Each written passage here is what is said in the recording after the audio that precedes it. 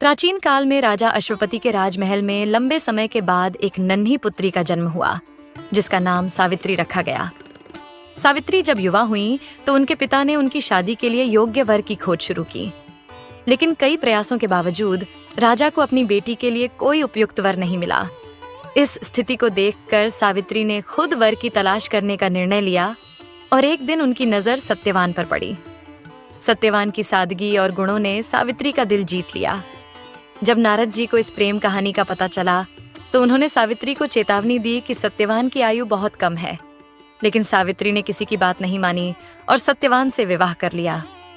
दोनों ने खुशी खुशी जीवन बिताना शुरू किया, लेकिन एक दिन सत्यवान की मृत्यु का समय नजदीक आ गया। उनके सिर में तेज दर्द होने लगा, जिसे देखकर सावित्री बहुत चिंतित हो गईं। उन्होंने अपने पति के सिर को अपनी गोद में रखकर सहलाया, लेकिन यमराज वहां आए और सत्यवान की आत्मा को ले जाने लगे। सावित्री ने यमराज का सामना किया और कहा, मैं अपने पति के बिना नहीं जाऊंगी। जहां सत्यवान रहेंगे, मैं भी वहीं रहूंगी। सावित्री की दृढ़ता और पतिव्रता धर्म को देखकर यमराज प्रसन्न हुए और उन्होंने सावित्री से 3 वरदान मांगने को कहा। सावित्री ने पहले वरदान में अपने सास ससुर की आंखों की रोशनी की वापसी मांगी, दूसरे में उनके ससुर का खोया हुआ राजपाट और तीसरे वरदान में पति सत्यवान के पुत्रों की मां बनने का सौभाग्य मांगा।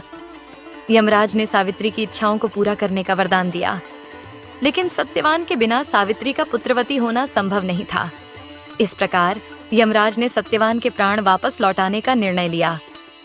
सावित्री ने यमराज से वरदान प्राप्त करने के बाद उसी बरगद के पेड़ के पास जाकर सत्यवान को पुनर्जीवित किया। वरदान के प्रभाव से सत्यवान जीवित हो गए।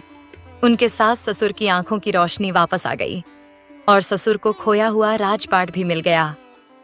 इस महान प्रेम कहानी के कारण ज्येष्ठ पूर्णिमा के दिन बरगद के पेड़ की पूजा का महत्व बढ़ा। सावित्री की भक्ति और प्रेम ने यह साबित किया कि सच्चे प्रेम की शक्ति किसी भी बाधा को पार कर सकती है। आज भी ज्येष्ठ पूर्णिमा पर सावित्री के सम्मान में बरगद की पूजा की जाती है, जो पतिव्रता, धर्म और प्रेम की प्रतीक है। इस कथा के माध्यम से हम सीखते हैं कि सच्चा प्रेम और बलिदान कभी व्यर्थ नहीं जाते। सावित्री और सत्यवान की यह कहानी हमें अपने रिश्तों को मजबूत बनाने और एक दूसरे के प्रति वफादार रहने की प्रेरणा देती है।